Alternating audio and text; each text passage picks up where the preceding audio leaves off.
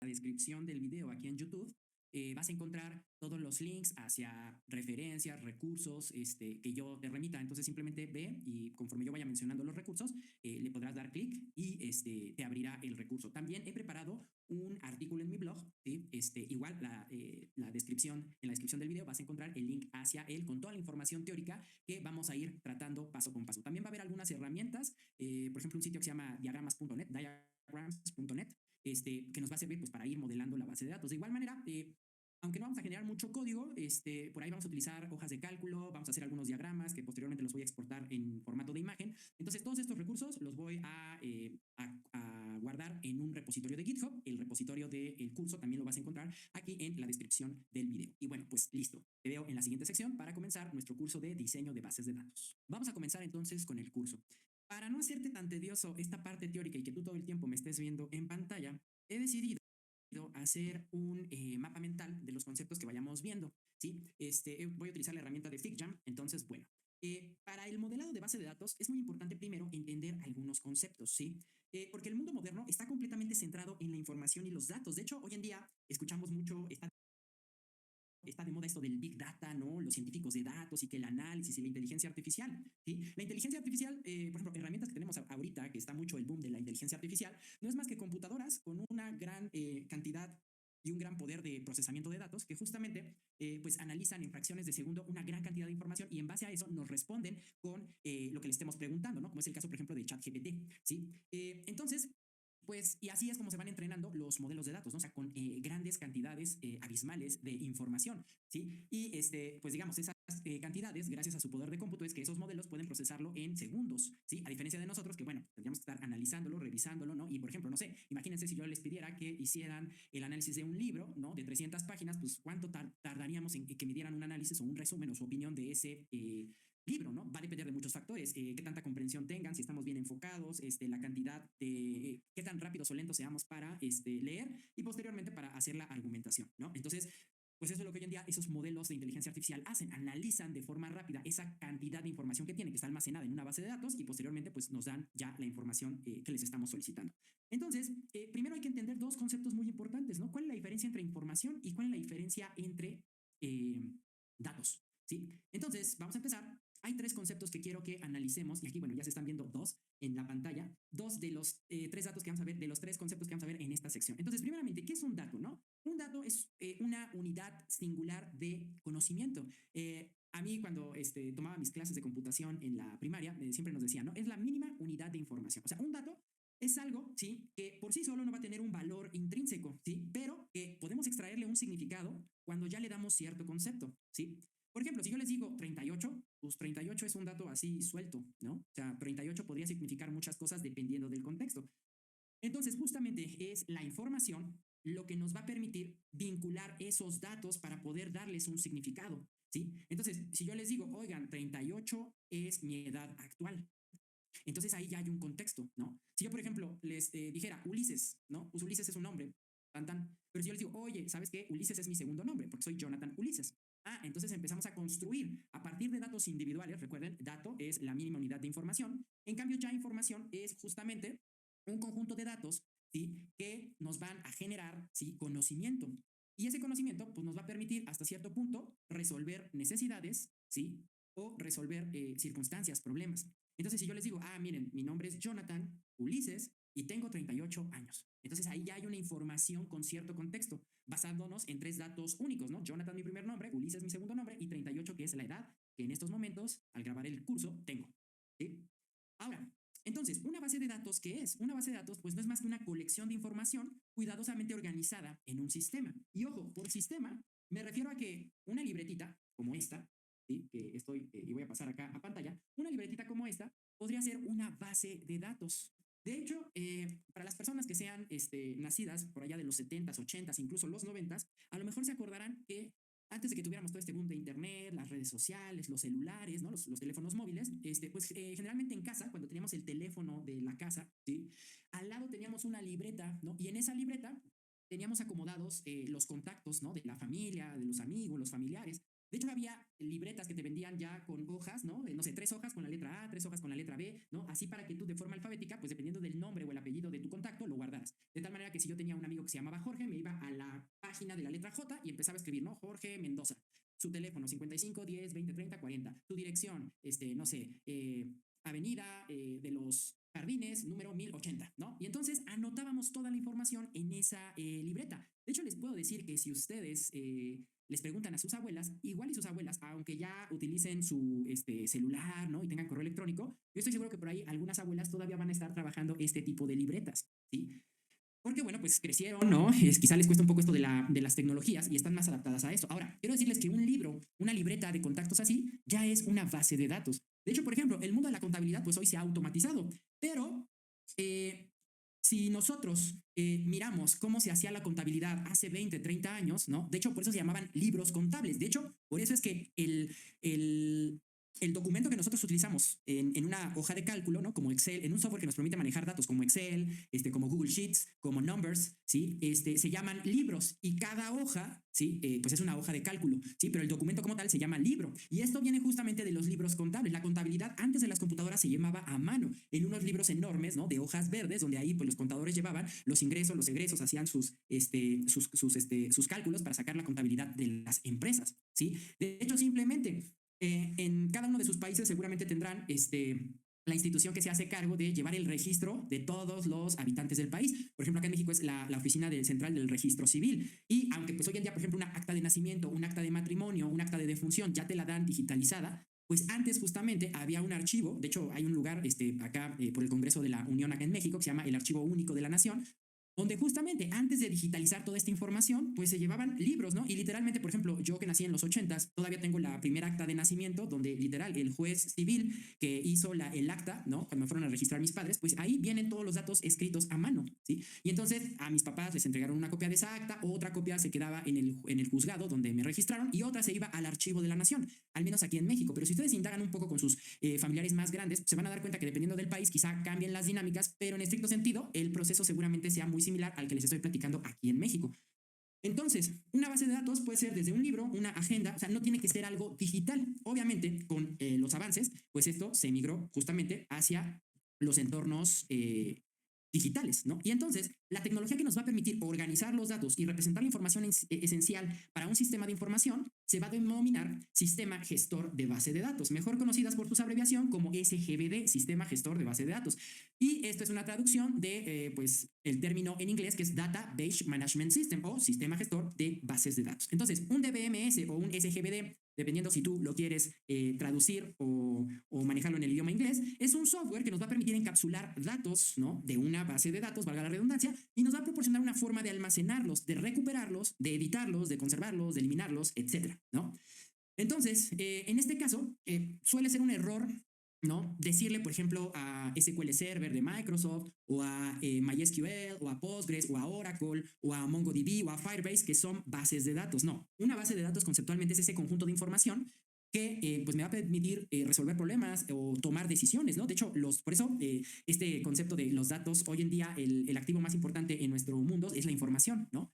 Por eso es que pues hay muchas cláusulas, ¿no? De privacidad y del correcto uso de los datos, porque pues los datos hoy en día son fundamentales para las empresas. Entonces, decir que MySQL, que Firebase, que Mongo son bases de datos es erróneo. La base de datos es lo que ellos, al ser un software, sistema gestor de base de datos, administran, pero realmente MySQL, Firebase, Mongo, todas estas bases de datos realmente son sistemas gestores de bases de datos. Entonces, un sistema gestor de base de datos nos va a permitir gestionar la información de una base de datos de forma digital, ¿sí? Y algunas de las ventajas de utilizar sistemas gestores de bases de datos es que van a estar optimizados para almacenar y manipular grandes cantidades de información, a diferencia de lo que yo podría gestionar pues en un librito donde yo lleve o en una agenda donde yo lleve a mano mis datos. Nos va a ofrecer mayor seguridad y administración de la información, porque de hecho ya cuando pasemos al curso de SQL, por ejemplo, ahí vamos a ver que vamos a tener dos tipos de operaciones, las operaciones que tienen que ver con modificar y gestionar los datos, pero por otro lado las instrucciones para poder gestionar la seguridad, los perfiles y los usuarios que puedan trabajar en esa base de datos. Entonces, en ese sentido, un sistema gestor de base de datos también nos va a dar seguridad y una administración eficiente de la información. Van a permitir, como les digo, que varios usuarios accedan y manipulen la información de forma concurrente, ¿no? Por ejemplo, imagínense que yo voy al cajero, ¿no? Y voy a hacer una consulta de mi estado financiero. Pero también en ese mismo momento, por ejemplo, si yo previamente pedí un crédito para comprar un auto, pues la empresa que me va a dar el crédito puede entrar y checar en el buro de crédito cómo está mi información financiera, ¿no? Y eso puede suceder al mismo tiempo. Y otra de las cosas que es fundamental, van a garantizar la integridad de los datos. Es decir, que no importando si varias personas están afectando la información al mismo tiempo, bueno, pues que todos tengamos el resultado de esas interacciones, ¿sí? Y bueno, estos sistemas gestores de bases de datos los podemos clasificar en dos grandes grupos. Los sistemas gestores relacionales, que van a estar más vinculados con el código SQL, y los sistemas gestores no relacionales, ¿no? Los que están en toda esta categoría llamada no SQL, ¿no? Not only SQL. Pero eso de los tipos de sistemas gestores de bases de datos te lo explico en la siguiente sección. Perfecto. Y ahora que hemos visto los conceptos básicos de las bases de datos, pues es importante. Lo siguiente es una gran pregunta, ¿no? Cuando comenzamos el desarrollo de una aplicación, pues siempre tenemos en mente qué tipo de base de datos vamos a elegir. Ahora, dentro de esta categoría existen dos grandes bloques de bases de datos, ¿sí? Por un lado vamos a tener las bases de datos relacionales que van a trabajar con código SQL, y por el otro lado tenemos las bases no relacionales con la corriente de código NoSQL. Entonces, para responder a esta pregunta es muy importante conocer las diferencias entre una y otra y sobre todo entender el tipo de aplicación que estamos realizando o que vamos a llevar a cabo, ya que una mala elección de nuestra base de datos puede dar lugar a una larga lista de problemas durante el desarrollo de nuestras aplicaciones. Entonces, vamos a empezar con las bases de datos relacionales. Estas se caracterizan por ser una colección ordenada de registros que se van a organizar en un conjunto de tablas. Una tabla es el elemento principal de una base de datos relacional y una tabla es muy parecida a una hoja de cálculo. Es decir, los registros de información se van a organizar en filas y columnas.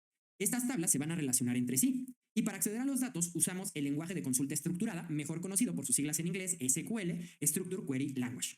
Con SQL vamos a poder obtener y alterar los datos de una forma organizada, siempre y cuando tengamos en cuenta cuál es la estructura de la base de datos con la que estamos trabajando. Para ello, vamos a utilizar distintos comandos que SQL nos pone a disposición para poder trabajar con la información que almacene nuestra base. Recuerden que ya les había dicho que este es un curso de análisis y teoría de bases de datos, pero posteriormente a este habrá uno de SQL y otro de no SQL. Entonces, en esos cursos correspondientes ya veremos el tipo de código para cada una de las bases de datos. Pero no olvidemos que el objetivo más importante de este curso es aprender a diseñar bases de datos, ¿sí? Bueno, siguiendo con las relacionales, estas tablas también se organizan a través de identificadores. Es decir, cada tabla, dentro de la información que almacena, va a elegir a un campo como identificador único. De este modo, cada tabla, al tener su propio identificador, es el que va a establecer la relación con el resto de las otras tablas que forman parte de la base de datos. A su vez, estos identificadores hacen que sea más fácil organizar cada una de la información que están en estas tablas por separadas. Ahora, ejemplos de sistemas gestores de bases de datos de tipo relacional, pues tenemos a MySQL, a MariaDB, a Postgres, a SQL Server de Microsoft, a Oracle, entre algunos otros. Ahora, por el otro lado tenemos bases de datos no relacionales. Estas bases están diseñadas para modelar datos con estructuras un poco más específicas y que no necesiten ser relacionados unos datos con otros, a diferencia de las relacionales. Cada entidad va a funcionar de forma independiente y son mucho más sencillas que las relacionales. ¿Sí? Esta sencillez de acceso y ordenación hace que, por ejemplo, hoy en día hemos estado escuchando mucho la palabra Big Data, ¿no? Que no es más que pues grandes cantidades de información siendo analizadas pues por gente que se dedica al análisis, a la estadística, ¿no? Los dichosos científicos de datos. Y esto está cobrando mucha relevancia. Y en ese tipo de prácticas de Big Data se utiliza mucho este tipo de datos no relacionales a veces, ¿sí? Ya que al no tener una estructura definida y exacta como en las relacionales, se puede tener incluso redundancia de datos. Es decir, podemos tener datos repetidos. Pero ahora, ¿por qué permitiríamos que se duplicaran datos? ¿Sí? Porque el objetivo de estas bases no relacionales lo que buscan es mejorar el rendimiento y se prioriza el acceso por sobre la normalización y la integridad de los datos. Eso significa que en este tipo de modelado se requiere ahorrar poder de cómputo para poder procesar la mayor cantidad de datos en el menor tiempo posible.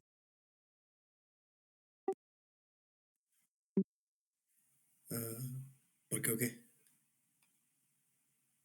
¿No más?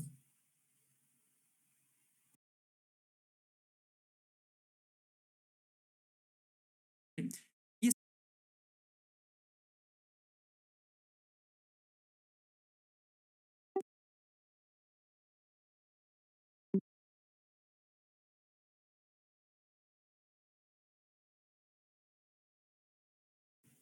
¿Le regreso más o ahí lo dejo?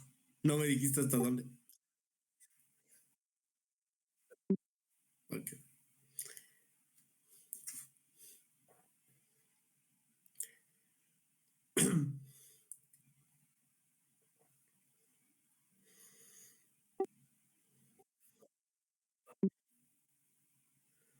¿Una nota de qué tipo?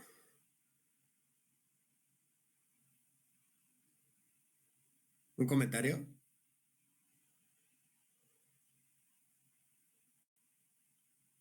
Eder. Ah, no,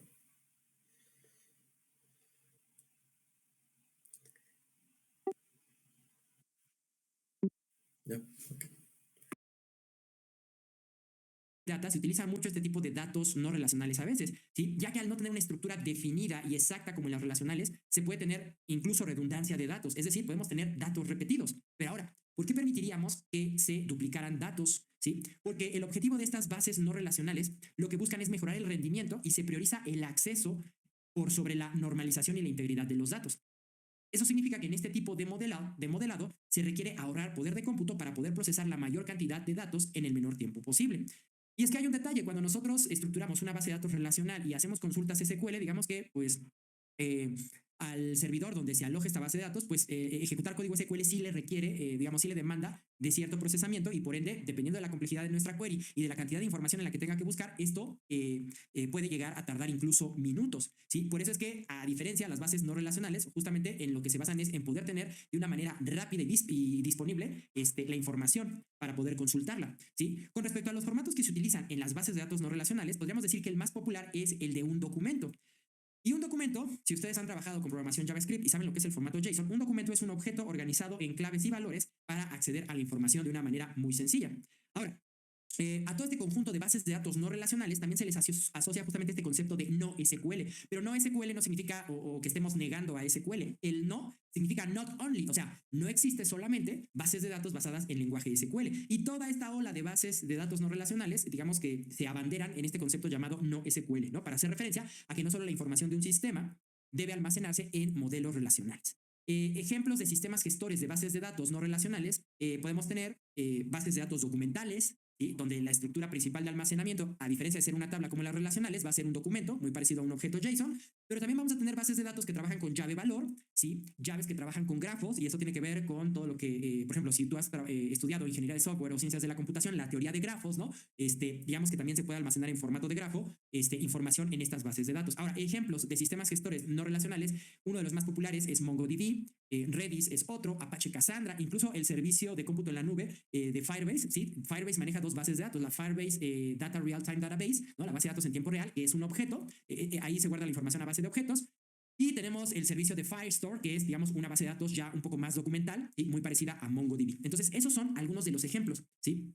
Ahora, te voy a mostrar, ¿sí? Aquí podemos ver justamente cómo sería el almacenamiento de una base de datos, ¿no? Que está basada en tablas, y recuerda que una tabla es filas y columnas, y también tenemos por acá del lado derecho cómo se guardaría la misma información en un objeto. Y para aquellos que ya han trabajado con JavaScript y conocen el formato JSON, pues verán que este es un objeto en formato JavaScript, ¿sí? Entonces, mientras que acá, fíjate que en las dos imágenes que te coloco, pues se está almacenando información de una lista de cervezas, ¿no? Entonces, acá se está almacenando, miren, este es el registro de forma horizontal. Por ejemplo, este aquí dice 1167 ALC, que es como el tipo de el nombre de la cerveza, el nombre del cervecero Miller, ¿no? Y las unidades, ¿no? O sea, cuántas existencias hay, 570, ¿no? Aquí la información está almacenada, cada registro está almacenado de forma horizontal, lo que vendrían a ser las filas de una hoja de cálculo, y cada campo, o sea, cada dato de manera independiente está almacenado de forma vertical, lo que en una hoja de cálculo serían las columnas, ¿no? Y aquí tendríamos, por ejemplo, el ID, el nombre de la cerveza, el nombre del productor y las unidades con las que se cuenta. En cambio, fíjense que acá en un documento, ¿sí? O sea, fíjense que a diferencia de lo que de forma horizontal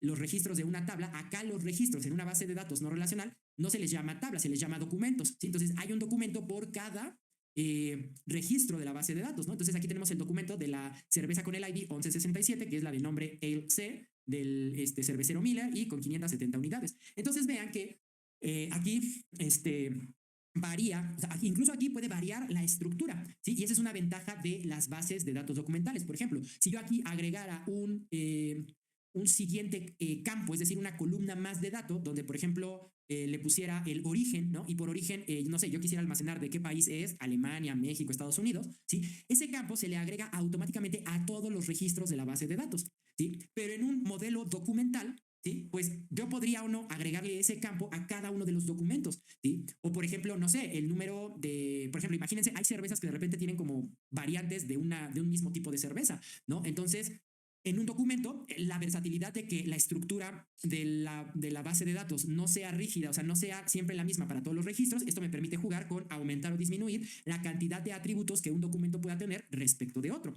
Entonces, por eso es muy importante analizar qué tipo de base de datos me conviene. ¿Sí? Si va a ser una base de datos un poco más estructurada, donde la información va a ser siempre la misma para todos los registros, o quizá una base de datos donde pues cada registro va a crecer de manera diferente, va a tener diferentes propiedades. Entonces ahí ya podríamos establecer cuándo poder utilizar una base de datos relacional y cuándo una base de datos documental o no relacional, ¿sí? Pero en la siguiente sección vamos a analizar algunas otras características de cuándo podríamos elegir una base de datos SQL o una base de datos no SQL. Te veo en la siguiente sección. Después de la explicación de la sección anterior, podemos decir que ambos tipos de bases de datos son útiles y dependerá del tipo de aplicación que queremos realizar la elección de una u otra.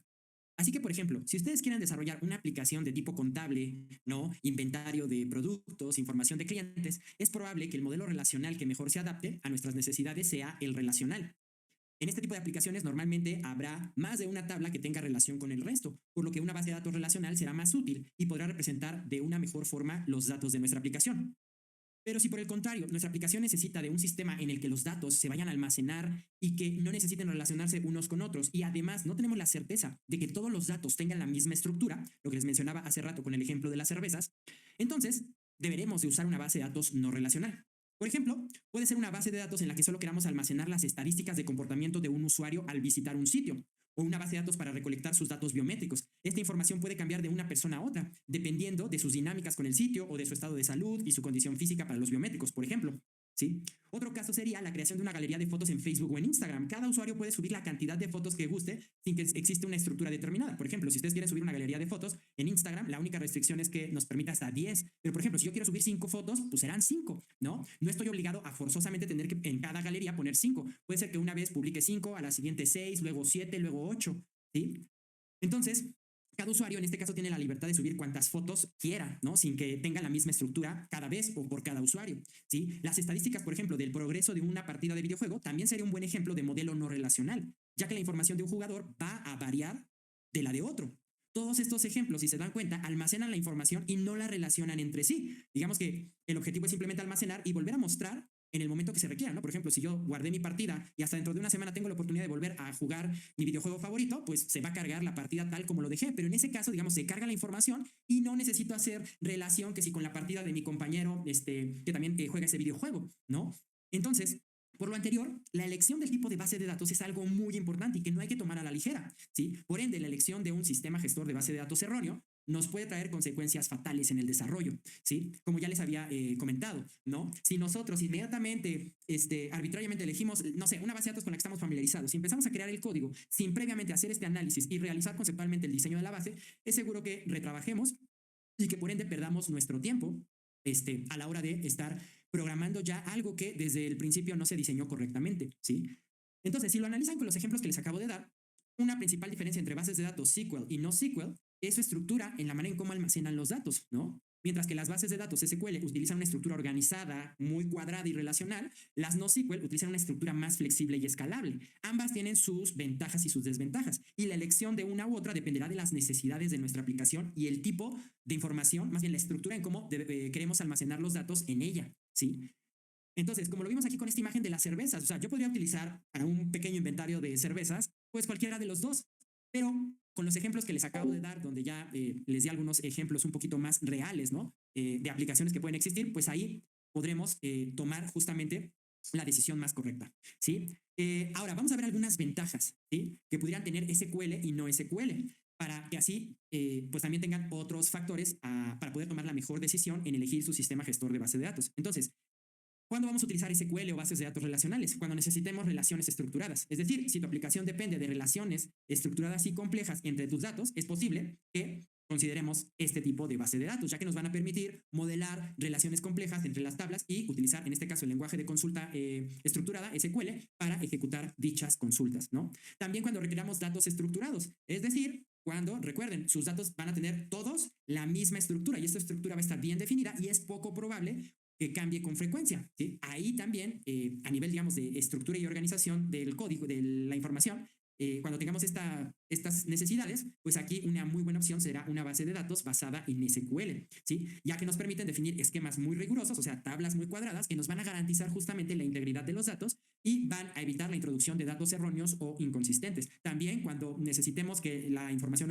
no se duplique, pues también será muy importante elegir este tipo de base de datos. Ahora, ¿cuándo podríamos elegir bases de datos no SQL? ¿Sí? Bueno, cuando un aspecto importante sea la escalabilidad, es decir, si tu aplicación está destinada a crecer rápidamente y manejar una gran cantidad de datos, es posible que debas considerar este tipo de base de datos, ya que son más escalables que las SQL y se adaptan mejor a grandes cantidades de datos no estructurados.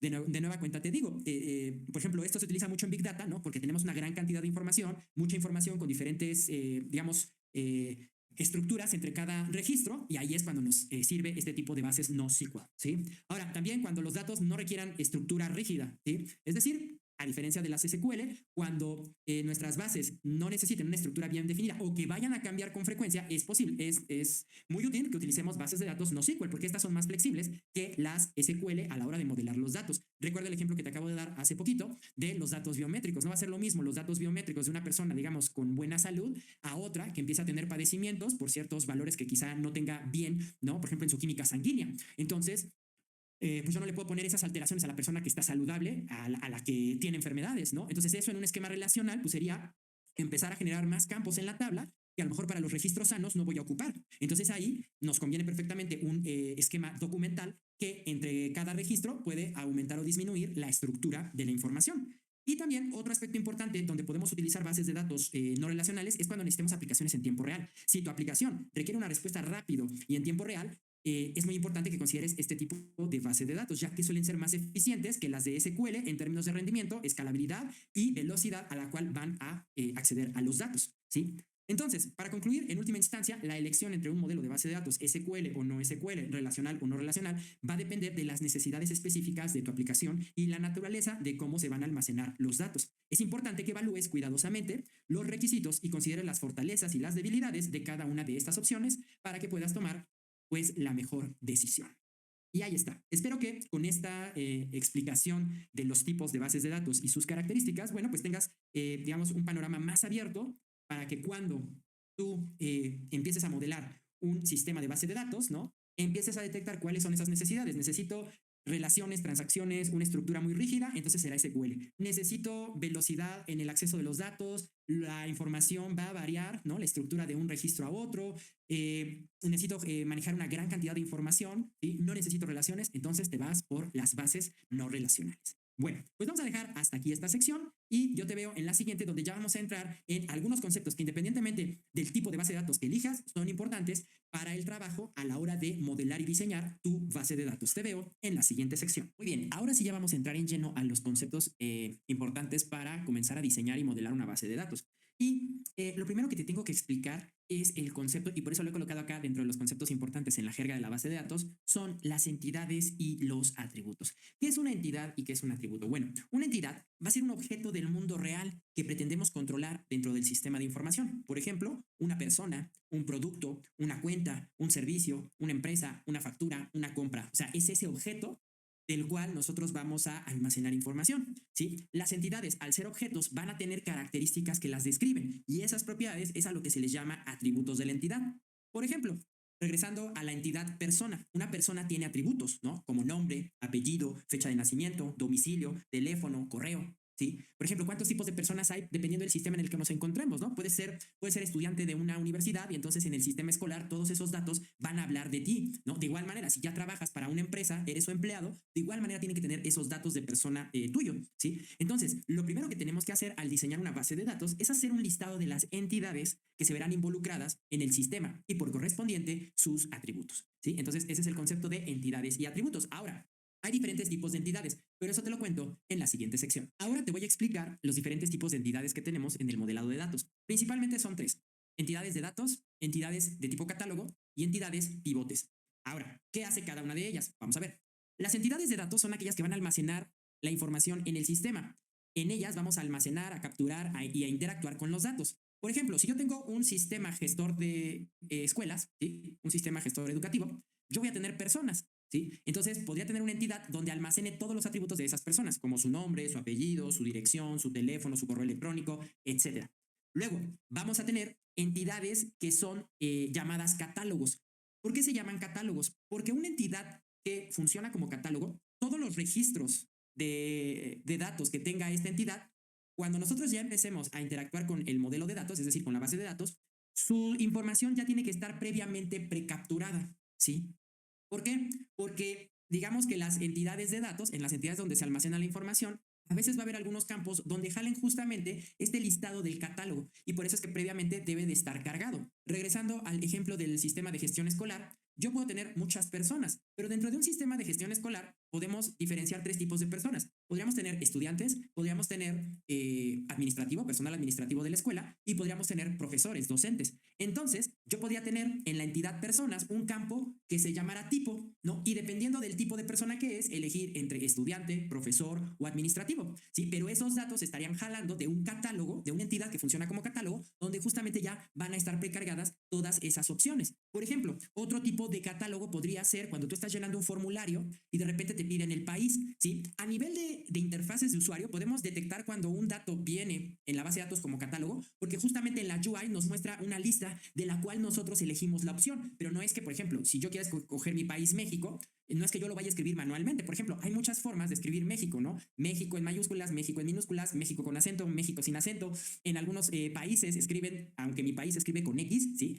Hay países donde lo escriben con J, por ejemplo, ¿no? Entonces, imagínense cuántas variantes y cuántas variantes tendría esa base de datos haciendo referencia al mismo país. Por eso es que cuando tenemos la necesidad de que ciertos datos nada más los seleccione el usuario, ahí es donde nos sirve mucho el utilizar un catálogo. Por ejemplo, otro ejemplo de catálogo, por ejemplo, en las direcciones, ¿no? Los códigos postales. No sé si ustedes sepan, pero los códigos postales son únicos en el mundo, ¿sí? Entonces, el código postal de donde vivas, ese no se va a volver a repetir. Entonces, también podría ser jalado de un catálogo que previamente ya te traiga precargado los códigos postales del país o de la localidad donde tú estés para que ya no lo tengas que escribir manualmente, ¿sí? Por ejemplo, cuando tú entras a buscar trabajo en una bolsa de trabajo, a veces te dice como que en qué tipo de industria quieres buscar trabajo, ¿no? Y a veces viene justamente una lista, ¿no? Y empieza a decir educación, tecnología, diseño, contabilidad, finanzas, etcétera, ¿no? Pero no es que tú lo puedas escribir manualmente. Para eso nos van a servir los catálogos. Y por eso es que antes de, digamos, ya lanzar a producción para que se empiece a llenar información en nuestra base de datos, estas entidades llamadas catálogos tienen que estar previamente precargadas, ¿sí? Para que ya cuando se vaya a interactuar con datos, pues los usuarios puedan llenar las opciones de estos catálogos previos, ¿sí? Y finalmente, vamos a tener las entidades pivote. Eh, Estas entidades son las que nos van a permitir hacer relación de información entre dos o más entidades. Nos van a ayudar justamente, sobre todo en un modelo relacional, a mantener la consistencia y la integridad en el sistema y evitar duplicidad de datos. También suelen llamarse entidades de enlace o entidades de asociación. Por ejemplo, regresando a nuestro hipotético sistema de gestión escolar, yo tengo una persona que es profesor. Ese profesor va a estar asignado a cierta materia o a ciertos grupos, ¿no? Entonces, digamos que las entidades donde se van definiendo, el profesor Jonathan está asociado a la materia teorías digitales y al grupo 400.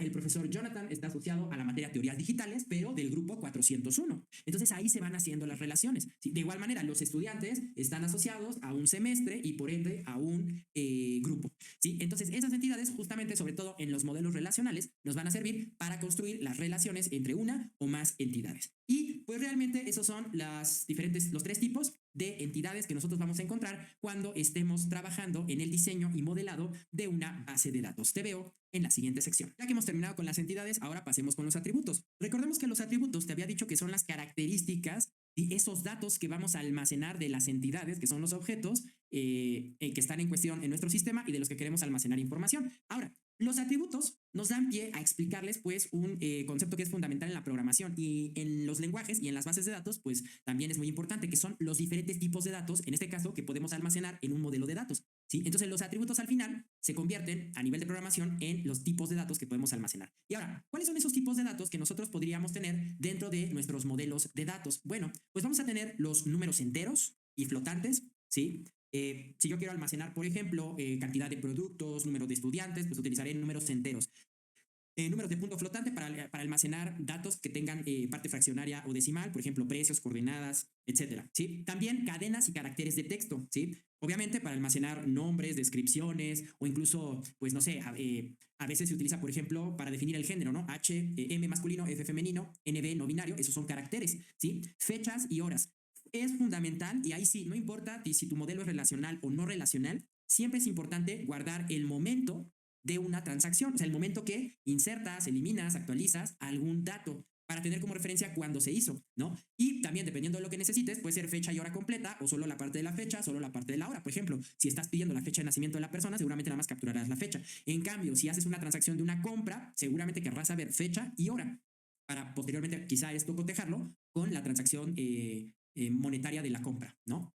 Después vamos a tener los valores booleans, ¿sí? Ya sabes, estos valores de verdadero o falso, ¿sí? Y por ejemplo, pues estos nos podrían servir quizá para almacenar, no sé, el estado de la conexión de un usuario al sistema, ¿no? ¿Está activo o, o no está activo, ¿no? O a lo mejor un cliente, no sé, piensen, por ejemplo, regresando al sistema de gestión escolar, imagínense un estudiante que ya egresó, ¿no? Entonces prácticamente ya no es un estudiante, ¿no? Entonces podríamos tener ahí un estatus que diga estudiante activo, estudiante desactivo, ¿no? Y eso lo podríamos trabajar con booleans. Luego vamos a tener los blobs y los archivos. Este tipo de datos se van a utilizar para almacenar grandes archivos, sobre todo archivos de tipo binario, como bien podrían ser imágenes, videos y audios. Pero en la medida de lo que puedan, por favor, no inyecten archivos binarios a una base de datos, porque luego para recuperar, o sea, sí se puede, pero para recuperar esa información demanda mucho poder de cómputo a la base de datos y por ende al servidor donde esté. Entonces, lo ideal independientemente de que tengas un modelo relacional o uno no relacional, lo ideal es almacenar en una SAN, es decir, en una Storage Area Network, en una red de área de almacenamiento, tus archivos, ¿sí? Por ejemplo, en un servicio de nube, como bien podría ser Dropbox, Google Drive, OneDrive, etcétera. Y entonces, en la base de datos, ¿sí? Si tú necesitas guardar una imagen, por ejemplo, la foto del perfil, no es que vayas a subir a la base de datos el fichero, el JPG o el PNG, no, lo subes a una nube y lo que vas a guardar en el campo como referencia a la base de datos es una cadena de texto con la URL que hace referencia a donde vas a encontrar el archivo. Porque tener archivos físicos almacenados en la base de datos demanda mucho poder de cómputo, se los repito. Entonces, en la medida de lo posible, aunque se puede, evítenlo. ¿Sí? Y finalmente también podemos guardar datos geográficos. Estos se van a almacenar, pues, datos como la ubicación, la dirección, coordenadas de geolocalización, entre algunas otras cosas. Sobre todo en modelos orientados a grafos, este tipo de datos suele utilizarse mucho. ¿Sí? Ahora, a grandes rasgos, estos son, digamos que las 6 categorías más importantes de tipos de datos. Ya dependiendo del sistema gestor de base de datos que tú vayas a trabajar, bueno, pues ahí ya te darás cuenta que tienen diferentes tipos, ¿no? Por ejemplo, hay sistemas de bases de datos que, por ejemplo, para los números solamente tienen integers, enteros, y float, flotantes. Pero hay otros que te ofrecen una gran gama de variantes, ¿no? Como tiny int, long int, que significa que pues aceptan más o menos precisión y números a almacenar. Pero eso ya va a depender del sistema de gestor de contenidos que utilices y también si es uno relacional o uno no relacional. Pero a grandes rasgos, todos los sistemas gestores de bases de datos te tienen que dar soporte a estos tipos de datos que digamos que son las categorías más grandes dentro de los tipos de datos. Ya los más específicos dependerá, como te repito, del sistema gestor de base de datos que elijas y por ende también de las necesidades de la información de la base de datos que estás modelando. ¿Sí? Muy bien, pues eso sería todo lo importante que hay que saber sobre los atributos y los tipos de datos. Te veo en la siguiente sección donde vamos a revisar un concepto que también es bastante importante. Te veo en la siguiente sección. Ya que hemos visto los diferentes tipos de datos, es hora de revisar otro concepto que es fundamental en las bases de datos y ese es el acrónimo de CRUD. Como bien lo pueden ver ahí en la imagen que les coloco, el CRUD es el acrónimo de Create, Read, Update y Delete, es decir, crear, leer, actualizar y eliminar. Y este acrónimo se refiere a las 4 operaciones básicas que se pueden realizar justamente en una base de datos, es decir, la capacidad de crear nuevos registros, leerlos, actualizarlos y eliminar los ya existentes. Estas operaciones se consideran la funcionalidad básica que se espera de cualquier sistema de gestión de base de datos y suelen estar implementadas de manera nativa en la mayoría de los sistemas gestores de base de datos. ¿Sí? Estas operaciones se utilizan tanto en la administración de objetos, como bien podrían ser tablas, documentos, usuarios, privilegios, así como en la gestión de los datos mismos que tendrían las entidades de las bases de datos, independientemente de que fueran tablas para bases relacionales o documentos para bases no relacionales. Entonces, ese es un concepto fundamental que tenemos que entender cuando estamos trabajando en las bases de datos y que posteriormente en los cursos ya que veamos código SQL y NoSQL, pues vamos a ver justamente cuáles son esas operaciones CRUD dependiendo el tipo de objeto que estemos trabajando. Te veo en la siguiente sección. Ahora vamos a ver otro de los conceptos que son fundamentales entender de forma teórica en las bases de datos y esa es la lógica de negocio. ¿Sí? Muchas veces seguramente, si ya has estado trabajando en el medio del desarrollo de software, a veces quizá has escuchado esta palabra entre, digamos, los líderes del proyecto, los coordinadores, digamos, alguien que ya tiene, digamos, un poco más de interacción con el cliente final. Y hablamos de esta lógica de negocio, ¿no? O de la gente que recaba justamente la información para posteriormente analizar los requerimientos y ya, pues, comenzar con el equipo de desarrollo. Entonces, la lógica de negocio es el conjunto de reglas, políticas y procesos que van a describir cómo se lleva a cabo el negocio, ¿sí? Y por negocio entiende, pues, todo el conjunto del sistema que se pretende desarrollar. En el modelado de una base de datos, la lógica de negocio se refiere a la representación de estas reglas y de los procesos de negocio pasados al modelo de datos. Estas reglas van a incluir cosas como la validación de datos, la validación de restricciones, definición de las relaciones entre las entidades y la definición de cómo se van a calcular ciertos valores. La incorporación de la lógica en el modelo de datos es muy importante porque permite asegurarse justamente que los datos estén correctos y validados y que se respeten las restricciones que requiere el negocio antes de ser almacenada la información en nuestra base de datos. También va a permitir a los desarrolladores entender mejor cómo es que se relacionan y se utilizan en el sistema los datos, de tal manera que puede ser útil a la hora de realizar tareas de mantenimiento o de una mejora en la implementación del modelo. Además, la lógica de negocio puede ser reutilizada en diferentes partes de la aplicación, lo que le reduce el esfuerzo y el tiempo necesario para implementarla en múltiples lugares. ¿A qué me refiero con eso de implementarla en múltiples lugares? Como yo les mencionaba al inicio de este curso, en este curso no vamos a tocar código de base de datos porque este curso pretende sentar las bases para que tú aprendas las técnicas de cómo se modela y se diseña una base de datos conceptualmente. Y como al inicio del curso te decía, muchos de los errores que se cometen cuando no se tiene un correcto modelo de datos, pues esto va a acabar en retrabajo, en volver a programar, en desechar cosas que ya previamente se había llevado a código. Entonces es fundamental, la parte más importante en el desarrollo de una base de datos es su conceptualización y su modelo. Si el modelo está mal, entonces por ende todo el código de base de datos SQL o NoSQL que generes va a estar mal porque va a haber que modificarlo. Y ahora, aunado a eso, si los desarrolladores de backend y de frontend ya empezaron a trabajar en sus respectivas partes tomando como referencia este modelo erróneo, pues eso va a implicar que en el backend tengas rutinas, rutas, si estás creando una API, ¿no? Recursos que estén mal porque justamente la base de datos está errónea. Y si ya la gente está desarrollando algo en el front, pues eso también va a impactar a nivel de UI, porque imagínate que de repente un frontend esté haciendo un formulario en base pues a un cierto modelo de datos que se le pidió, que el usuario va a llenar y que posteriormente esa información se va a almacenar. Si la lógica está mal, entonces ve todos los lugares donde hay que retrabajar.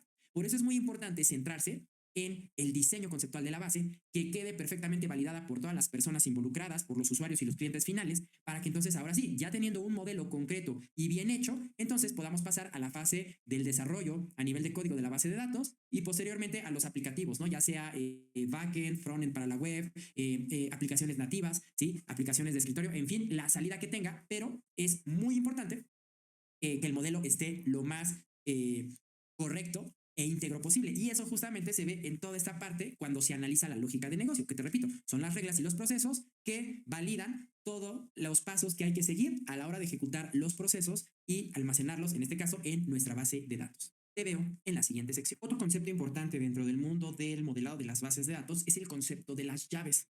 Y una llave en una base de datos va a ser un identificador que va a permitir hacer único a un registro de información. Y principalmente tenemos dos tipos de llaves, las llaves primarias y las llaves foráneas. Aunque aquí estoy poniendo únicas, ahorita les voy a explicar ese tercer, digamos, concepto, pero vayamos paso por paso. Entonces, una llave primaria va a identificar a un registro como único dentro de la entidad a la que va a pertenecer. En nuestro listado de atributos se le suele poner las siglas PK de Primary Key en inglés, ¿sí? Delante del atributo que vaya a ser la llave principal. Ahora, ¿qué podría ser una llave principal? Por ejemplo, para un mexicano podría ser su RFC, ¿no? O el CURP. De hecho, recuerden, mexicanos, que el CURP significa clave única de registro de población. Para todos aquellos países donde no tienen tantos documentos legales como aquí en mi país, porque aquí que tenemos que el CURP, que el RFC, el folio del acta de nacimiento, etcétera, ¿no? Tenemos muchas maneras de identificarnos. La credencial de lector, por ejemplo, pero creo que en la mayoría de los otros países hermanos de Latinoamérica y habla hispana, hay un concepto que se llama DNI, ¿no? Que es como el número, algo así como el pasaporte, y si me equivoco, por favor, acá corríjanme en los comentarios, pero el DNI es como tu documento de identidad nacional, ¿no? Entonces, eso podría ser justamente una llave primaria si hablamos, por ejemplo, de la base de datos de forma nacional de un país, ¿sí? De igual manera, por ejemplo, cuando tú te inscribes a una escuela, pues a ti te dan una clave de estudiante, o cuando tú entras a un trabajo, te dan una clave de empleado. Esa es tu llave primaria, por así decirlo, ¿sí? Después tenemos las llaves foráneas, y las llaves foráneas justamente son las que van a permitir la relación entre el registro de una entidad con el de otra. ¿Sí? De tal manera que pues podamos justamente hacer esa relación. Acuérdense el ejemplo que les daba hace unas secciones, donde les hablaba que en un sistema de gestión escolar puedo tener personas, ¿no? Y en una entidad voy a capturar su información. Pero, por ejemplo, hablando de los roles que podríamos tener en ese sistema de gestión escolar, podría yo tener estudiantes, profesores y personal administrativo. Entonces, digamos que ya les hablaba cuando veíamos el tema de las entidades, ¿no? Que yo podría tener en una entidad de tipo catálogo los diferentes perfiles, estudiante, profesor, administrativo. Esos perfiles van a tener una llave. Entonces, en la entidad que almaceno la información de las personas, en lugar de ver físicamente el nombre de profesor, estudiante, administrativo, vamos a ver el ID, el identificador al que hace referencia. Entonces, por ejemplo, si en el catálogo de perfiles, profesor es el perfil con la llave número 1, entonces esa llave va a ser, ese número 1 es la llave primaria en la entidad del catálogo. Pero cuando pasamos al registro en la entidad personas, ¿sí? Esa llave sería la foránea, porque ese campo va a permitir conectar y saber pues, cuál es el valor de de ese ID en la tabla correspondiente del catálogo. ¿Sí? Quizá ahorita a algunos no les esté quedando claro esto, pero no se preocupen. Después de terminar toda la parte de los conceptos básicos, vamos a pasar a hacer ejercicios prácticos de modelado para que ustedes vayan entendiendo estos conceptos. Pero como todo, pues siempre es empezar un poquito por los conceptos teóricos, ¿no? Entonces, una llave primaria es la llave principal de la entidad en cuestión, mientras que una llave foránea, digamos que es una llave de apoyo que me va a permitir relacionar con otra llave primaria, pero que está en otra tabla. Entonces, dentro de la tabla a la que queremos consultar, ahí sería foránea. Y finalmente, no hay llaves únicas, más bien son atributos únicos, ¿sí? Y un atributo único, en algunas ocasiones vamos a tener la necesidad de que algunos atributos de nuestras entidades sean únicos, es decir, que no existan datos duplicados con el mismo valor en ese atributo y sin que necesariamente sea una llave primaria o una llave foránea. Entonces, para eso tenemos el concepto de atributo único, ¿sí? Esta característica se utiliza a menudo para asegurarse que los datos sean consistentes y que no haya duplicados en la entidad. Por ejemplo, para que un usuario, ¿sí?, no pueda crear dos cuentas diferentes con un mismo correo o con un mismo teléfono. De hecho, si ustedes lo analizan, por ejemplo, en cualquier red social que ustedes se quieran dar de alta, generalmente siempre nos asocian el correo electrónico o el teléfono móvil, ¿no? Y entonces, si yo quisiera, por ejemplo, yo ya tengo mi cuenta personal, por ejemplo, de Facebook creada con mi correo personal, ¿no? Si yo quisiera crear una nueva cuenta en Facebook, pues yo ya no podría utilizar ese correo con el que creé la primera cuenta. Forzosamente necesito crear otro, porque Facebook, Twitter, Instagram, cualquier red social actual no te va a permitir justamente tener dos cuentas asociadas al mismo correo, ¿sí? En algunos casos pasa también eso, pero con los números telefónicos. Entonces, ahí podemos ver un claro ejemplo de cuando un atributo, sin ser llave primaria o foránea, se puede convertir como requisito de la lógica de la entidad en un atributo único, ¿sí? Otros ejemplos de atributos únicos que pueden serlo sin necesidad de ser la llave primaria de la entidad, por ejemplo, lo que les mencionaba hace rato, el DNI, el nombre del usuario o el alias que utilizas, porque acuérdate que cuando tú creas tu alias en alguna red social, por ejemplo, en mi caso John Mircha, pues otra persona ya no puede utilizar ese alias porque ese alias lo tengo yo y eso lo hace un valor único, ¿sí? Por ejemplo, los números de las placas de los automóviles también podrían ser un atributo único, ¿sí? Y bueno, ese es el concepto de las llaves y los atributos únicos. Te veo en la siguiente sección. Después de haber revisado el tema de las llaves, es momento de ver otro tema muy importante que son las relaciones. Y ojo, a partir de aquí voy a comenzar con ciertos temas que particularmente son más orientados hacia las bases de datos relacionales. Recuerda que por acá, en secciones pasadas, ya te explicaba un poco la diferencia entre las bases relacionales basadas en SQL y las no relacionales. Ahora, de cualquier manera, esto te sirve de forma general porque conforme tú vayas aprendiendo estos conceptos y vayas modelando, más adelante te voy a dar una serie de pautas que yo he seguido en base a mi experiencia para modelar de una manera amigable y eficiente las bases de datos. Y conforme tú vayas cumpliendo con estos requisitos que posteriormente te voy a compartir, tú mismo ahí te vas a dar cuenta cuando digas, oh, esto tiene muchas relaciones, entonces quizá necesito utilizar SQL. Y cuando digas, ok, esto tiene otra estructura, la estructura varía, sí hay relaciones, pero no así muy importantes y dependientes entre sí, entonces creo que puedo utilizar un modelo no relacional. Entonces, todas estas conceptos que a partir de ahora, incluso desde las llaves, aunque digo, los modelos no relacionales también tienen llaves, ¿sí? Pero digamos que están más enfocados hacia los modelos basados en SQL. Pero todo esto van a ser señales para que tú mismo vayas diferenciando y tomando la mejor decisión de cuándo te conviene utilizar un modelo relacional y cuándo no, ¿sí? Entonces, bueno, ahora, después de haber hecho esta aclaración, ahora sí, las relaciones, ¿sí?, son justamente esas asociaciones que hacemos entre las entidades para poder recuperar y vincular los datos. Recuerda que hace desde hace ya unas secciones te he venido explicando con un sistema de gestión escolar, ¿no? Yo puedo tener una entidad donde tenga toda la información personal de las personas, ¿no? Nombre, teléfono, apellido, correo, etcétera. Pero yo sé que en ese sistema escolar voy a tener diferentes perfiles de usuario. Algunos van a ser estudiantes, otros van a ser profesores, otros van a ser administradores. Entonces, esa relación entre la entidad perfiles y la entidad personas es justamente, se lleva a cabo mediante estas relaciones. Y para crear una relación semántica, utilizamos un verbo para relacionar la entidad en cuestión, ¿sí? Y tenemos tres tipos de relaciones. La relación uno a uno, o sea, un elemento con otro, la relación uno a muchos y la relación muchos a muchos. Te voy a dar un ejemplo para que lo entiendas. Ahorita simplemente es un ejemplo descriptivo, pero ya estamos por pasar a los ejercicios más prácticos. Entonces, por ejemplo, una relación uno a uno sería una persona posee un único tipo de perfil, ¿no? Hablando de esta referencia en un sistema de gestión escolar, pues una persona es un estudiante, una persona es un profesor, ¿no? Pero, por ejemplo, una relación mejor uno a uno podría ser una persona tiene una única clave de estudiante o una única clave de empleado o una única clave de población, ¿no? Como el CUR, el DNI, etcétera. O sea, es una relación que se vincula uno a uno. Por ejemplo, las placas de un automóvil también sería una relación uno a uno, porque el número específico de la placa solo puede ser asignado a un automóvil en cuestión y otro automóvil no puede tener esas placas. Luego, la relación uno a muchos, por ejemplo, considera este aspecto. Una factura se emite a una persona. ¿Sí? Por ejemplo, yo doy un servicio profesional a una empresa, ¿no? Y entonces le expido mi factura por los honorarios de diseño y desarrollo web. Entonces, esa factura va a estar asociada a esa empresa moral.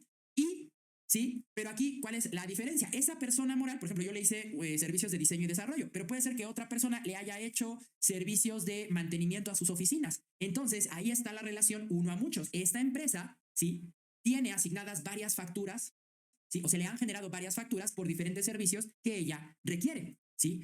Ahora, por ejemplo, regresando al sistema escolar, ¿no? Una relación uno a muchos, por ejemplo, hay muchas universidades que cuando tú trabajas como profesor, ya después de ciertos años de antigüedad dando cátedra, te dicen, oye, pues si quieres estudiar algún posgrado, te damos una beca. Entonces, por ejemplo, cuando tú aceptas eso, ¿no? Como profesor, entonces ahí ya tendrías dos perfiles. Entonces, una persona puede ser profesor, pero también puede ser estudiante, ¿no? En este ejemplo que te estoy dando. Esa sería una relación uno a muchos.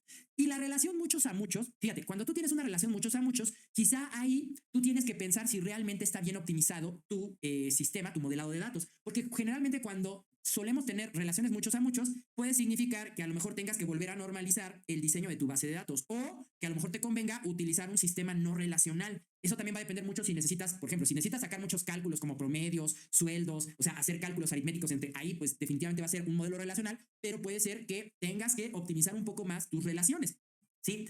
De hecho, ese es un primer indicativo de que quizá no estás tomando el modelo, perdón, el tipo de base de datos correcto, o la otra cuestión es que siempre tu modelo de datos puede estar siendo objeto de de un nuevo rediseño conceptual, ¿sí? Pero bueno, una relación mucho a muchos podría ser, por ejemplo, eh, yo compro productos en Amazon, ¿no? Entonces, un cliente, o sea, yo puedo comprar varios productos a Amazon, ¿no? Por ejemplo, no sé, puedo comprar una computadora, una cámara, un micrófono, ¿no? Pensando en que voy a hacer mi set de EduTuber, ¿no? Pero a su vez, estos productos, ¿sí? Pueden ser comprados por varios clientes. Capaz que alguien se anima viendo mis cursos y dice, pues yo sé sobre cocina, entonces voy a hacer videos, ¿no? Y entonces esta persona también compra la cámara, la misma computadora y el mismo micrófono. Entonces ahí tenemos una relación muchos a muchos, ¿no? Muchos clientes pueden comprar muchos productos y muchos productos pueden ser comprados por muchos clientes, ¿no? Aunque al final ya el detalle de, por ejemplo, este teléfono que tengo aquí tiene un número de serie. Este número de serie está asociada a la compra que yo hice en su momento cuando adquirí el teléfono, ¿no? Pero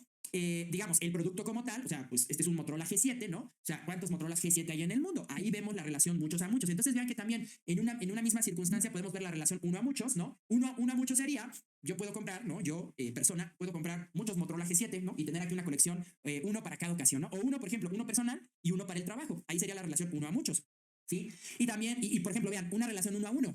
El número de serie que traiga este Motorola G7, ¿sí? Está asociada a la compra que hizo John Mircha, por ejemplo. Ahí podemos ver la relación uno a uno, ¿no? Porque ahí ya lo estoy casando, digamos que lo estoy casando con esta parte del número de serie, ¿no? Y el número de serie es único para cada producto, ¿no? Entonces ahí sería la relación uno a uno. La relación uno a muchos, yo, John, compro dos Motorola G7, uno para el trabajo, uno para uso personal, ¿no? Ahí sería la relación uno a muchos. Y la relación muchos a muchos sería, bueno, el Motorola G7 es un teléfono, es un modelo de teléfono, y muchos Motorola G7 pueden ser comprados por muchas personas. Entonces ve cómo las relaciones también van a depender del uso específico y la funcionalidad que le vayas a dar a la hora de crear justamente la relación entre tus entidades. Pero bueno, con esto es más que suficiente para pasar al siguiente concepto. Yo te veo en la siguiente sección. Ahora que ya hemos visto el tema de las relaciones, ¿sí? Vamos a ver otro concepto fundamental, pero mira que bueno, aquí también comentarte que he ido haciendo algunas modificaciones sobre este mapa mental y pues el siguiente tema justamente tiene que ver con las relaciones y las entidades. Y es un concepto que se llama como el modelo entidad-relación.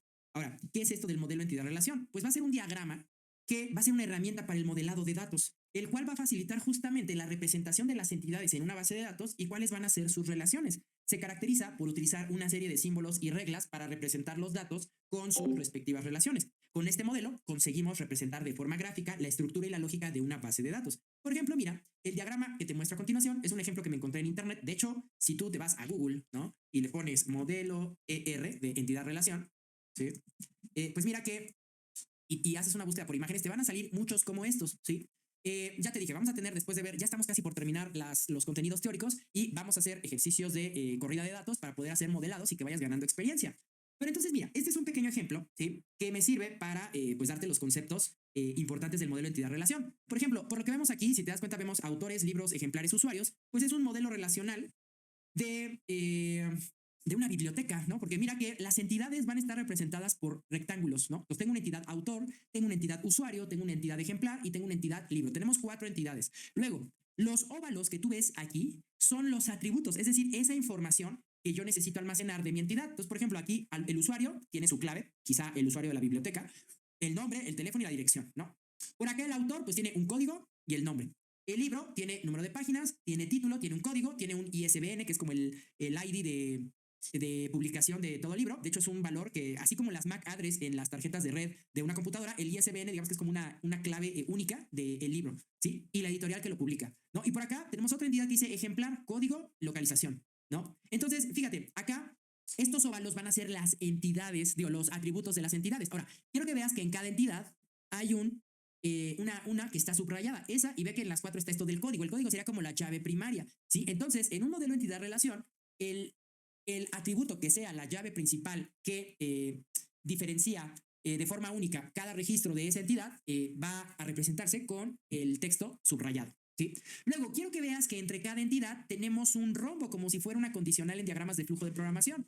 Los rombos van a representar justamente la relación que hay entre una entidad y otra. Entonces, por ejemplo, aquí dice autor escribe libros. Y ve que aquí, este numerito que vemos aquí de 1N, ahí nos está diciendo la relación 1 a muchos. Un autor puede escribir varios libros, ¿no?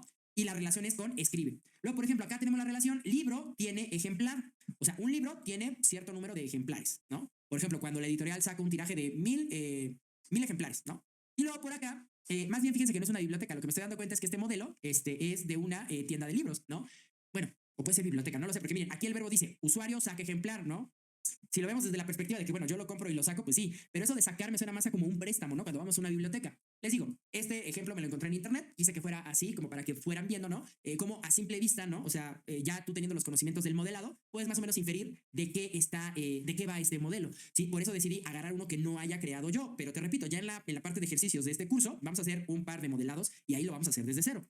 Entonces, bueno, puede ser biblioteca o tienda, ya ahí me entró la duda, pero mira, aquí dice, el ejemplar, el usuario saca un ejemplar, por eso digo que es más como un préstamo bibliotecario, ¿no? Entonces vean que aquí la relación es 1 a muchos, porque yo como usuario de la biblioteca, digo, hay bibliotecas que tienen sus reglamentos y te dicen, el número máximo de préstamos son 5, o son 3, o son 10, eso ya dependerá de las reglas de negocio que tenga dicha biblioteca, porque de una biblioteca a otra pueden variar esas reglas, ¿no? Yo me puedo encontrar con una biblioteca que me preste 10 libros y de repente voy a otra y ella me dice, no, solamente puedes tener 3 ejemplares, ¿no? Entonces vean cómo hay conceptos que ya habíamos visto, vean cómo en la jerga de esto del modelado, ahí van teniendo pues esas relaciones, ¿no? Entonces, la lógica de negocio, ¿quién la va a determinar? Pues las personas encargadas de cada biblioteca. Y una biblioteca puede funcionar muy diferente a otra, ¿sí? Entonces, vean cómo aquí pues, la relación es 1 a muchos, ¿no?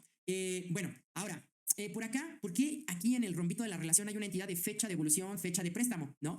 Fíjense, aquí, bueno, esto seguramente hace referencia a una entidad de tipo pivote. Acuérdense que las entidades de tipo pivote son aquellas que me van a permitir relacionar los datos de 2 o más entidades que se relacionan. En este caso, la relación es del préstamo que hace el usuario respecto del ejemplar que está sacando. Nada más que aquí, quizá al usuario que hizo este modelo entidad-relación, pues quizá acá se le olvidó colocar, ¿no? Por ejemplo, el nombre de la entidad que podría ser préstamos, por ejemplo, y entonces ahí ya se hace la relación del usuario con el ejemplar, ¿sí? Pero bueno, quizá lo hizo así para simplificarlo, ¿no?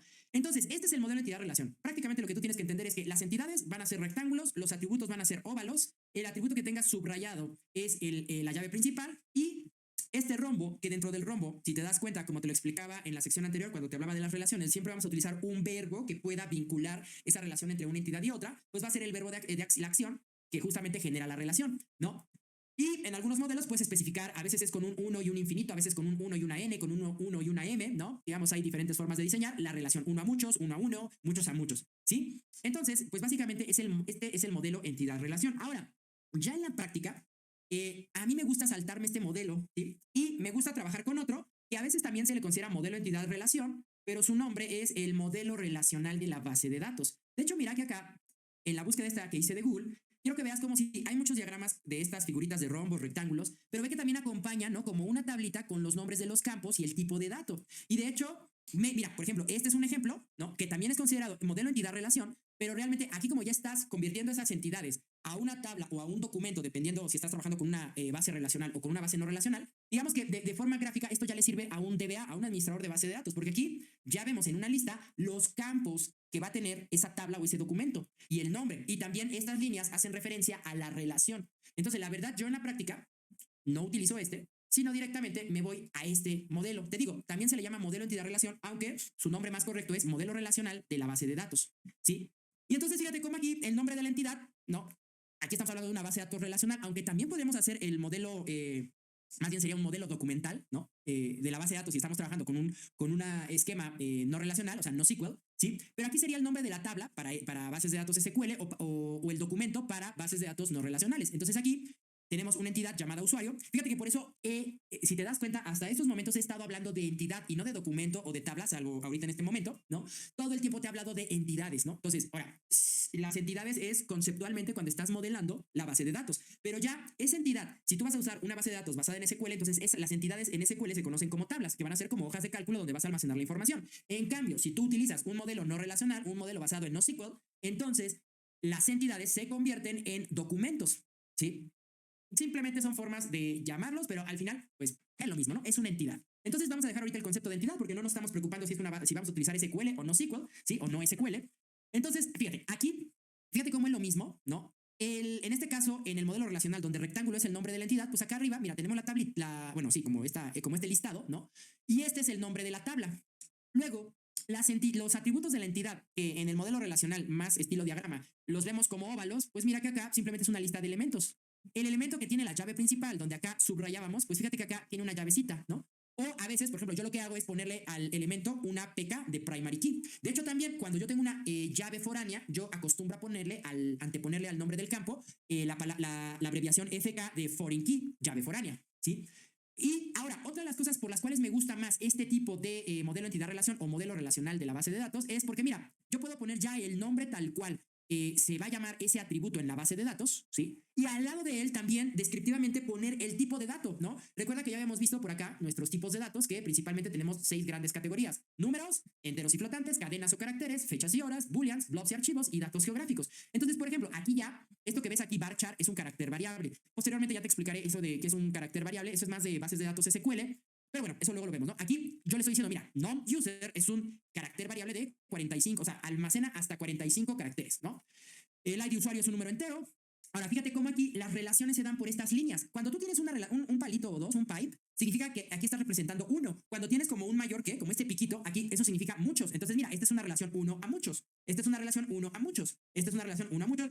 Y esta es una relación, de hecho, la mayoría son uno a muchos. Ahora, ¿de qué es este modelo entidad-relación o modelo relacional de la base de datos? Pues es como como un sistema que almacena videojuegos, ¿no? Porque mira, aquí tenemos la tabla principal donde tenemos los videojuegos, ¿no? El ID del videojuego, el nombre de la consola, el nombre del videojuego, el género. Y fíjate que aquí yo el género podría sacar un catálogo, ¿no? Para tener previamente cargado los géneros. La clasificación, acá yo también tendría un catálogo, es decir, tendría otra entidad donde tendría ya precapturada, acuérdate el concepto de entidades catálogo, yo tendría precapturada ya todas las clasificaciones existentes, ¿no? Luego la descripción, pues sí, ese es texto, ¿no? El ID del desarrollador, fíjate que acá tenemos un catálogo, ¿no? De pues la persona que desarrolla el videojuego, ¿no? Y también un distribuidor, eso significa que es como un sistema de venta de videojuegos, ¿no? Porque, bueno, sí, o sea, el distribuidor, ¿no? Quiero pensar, no sé, distribuidor Nintendo, Epic Games, no sé. ¿Sí? Es más o menos lo que entiendo por la imagen que me copié. Te repito, este modelo también ahorita, antes de empezar a grabar esta sección, copié de internet un modelo que más o menos me gustó, lo pegué aquí en nuestro mapa mental y lo hago con esta cuestión de que entiendas como ya cuando tienes, o sea, vas entendiendo todos estos conceptos que te he ido explicando, puedes inferir un poco de qué trata este modelo. Ahora, recuerda, si tú te quieres dedicar al modelado de diseño de base de datos y posteriormente convertirte en un DBA profesional, pues cuando llegues a tu primer empleo, seguramente que la gente que se encargue del modelado de la base de datos te va a mostrar diagramas como estos. Entonces tú, pues vas a tener que inferir justamente y analizar y estudiar cuál es la estructura actual del sistema y posteriormente, bueno, cuáles tareas te van a dar para administrar o para crear nuevos módulos. Entonces, esta parte de que yo esté aquí, digamos, un poco, eh, digamos, no teniendo preparado esto al detalle, sino que tú veas la espontaneidad de la explicación, es justamente pues para que te des cuenta, ¿no? Cuando ya tú te vayas a dedicar al modelado de base de datos, vas a tocar muchas bases de datos que tú no vas a empezar desde cero, pero que tienes que tener la capacidad de inferir y empezar a analizar en base a estos diagramas, ¿no? Bueno, entonces sigamos. Acá tenemos la tabla principal que son los videojuegos, por acá tiene dos catálogos, que es el de desarrollador y de distribuidor, ¿no? Desarrollador, les faltó una Y, ¿no? Y luego por acá, fíjate, tenemos consulta, ¿no? O sea, acá tenemos la tabla de usuarios, seguramente los usuarios que juegan los videojuegos, ¿no? Seguramente esto está asociado a un sistema de login, porque mira que está pidiendo nombre de usuario y contraseña, ¿no? El ID del usuario y el correo, ¿no? Por ejemplo, acá el correo, cuando el correo lo podríamos asociar como un campo único, es decir, no permitir al usuario que con su mismo correo genere varias cuentas. Entonces, también te vas a dar cuenta ya cuando estemos en la parte práctica de este curso, que yo a los campos que decido definirlos como únicos, les agrego una UK para hacer referencia de eso, que son campos únicos, ¿no? Campos unique data, ¿sí? Y luego acá, consulta. A ver, vamos a ver, ID de usuario, ID de videojuego. Fíjate, esto es como una tabla, como una entidad pivote. ¿Por qué? Porque fíjate que está relacionando los datos del usuario con el videojuego. Es decir, quiero pensar que esta base de datos es como un sistema de comentarios donde los usuarios en la interfaz votan y dejan comentarios al respecto de si les gustó o no el videojuego. Porque fíjate como aquí hay un ID de usuario que se relaciona con esta tabla, o sea, este es un campo foráneo, esto es una llave foránea. Hay un ID de videojuego que debe relacionarse con esta entidad, videojuego. Aquí le hace falta el ID de, digamos, de esta entidad, ¿no? Algo así como ID consulta. Fíjate, el comentario que puede hacer el usuario, el voto, si es que le dio el voto, ¿no? Pues aquí seguramente cada vez que un usuario le dé like, se va sumando un voto. Cada vez que el usuario en la interfaz le dé un dislike, seguramente se restará un voto. Y la fecha de cuando pues se hizo esa consulta, ¿no? Entonces, bueno, pues quiero que te des cuenta como aquí, pues este modelo habla como de tener la información de los videojuegos, por acá el catálogo de distribuidores de los videojuegos, el catálogo de los desarrolladores. Aquí te digo, yo adicionalmente generaría un catálogo de género y un catálogo de clasificaciones, que son información que yo ya puedo tener precargada, ¿sí? En mi base de datos. Y por acá, bueno, este sistema de consultas y usuarios, que por la relación que yo veo aquí, es como un sistema de votación, ¿no? O sea, de qué les pareció a los jugadores el videojuego. ¿Sí? Bueno, pues entonces, dentro de ese es el modelo de entidad-relación y esas son las dos variantes que tú vas a poder encontrar. ¿Sí? Más adelante, cuando ya empecemos a hacer los ejercicios prácticos, el primer ejercicio sí vamos a hacer los dos modelos para que pues tú más o menos te des cuenta, pero ya a partir del segundo ejercicio yo espero hacer al menos 4 diferentes ejercicios, 2 modelos relacionales y 2 modelos no relacionales para que vayas viendo las diferencias y vayas viendo cómo poder ir identificando todo esto. Ya lo haré una sola vez el modelo de entidad-relación, pero pues quiero que te des cuenta porque es que a mí me gusta más ¿no? Porque ya tú yendo a desarrollar en código, esto te da una mayor referencia de qué tipos de datos, de las características de cada campo y también las líneas de las relaciones que vas formando, ¿sí? Ahora, también te voy a enseñar, te voy a recomendar unas herramientas online que son las que yo uso para justamente hacer estos modelados. Pero bueno, por el momento, eso sería todo y yo te veo en la siguiente sección donde ya vamos a revisar, si no me equivoco, el último concepto teórico que es importante entender antes de pasar a la práctica. Te veo en la siguiente sección. Después de haber visto el tema del modelo entidad-relación, tenemos que pasar al escabroso tema de la normalización de una base de datos. Y sí, este es el mayor coco de toda persona que se quiere dedicar al mundo del diseño de base de datos.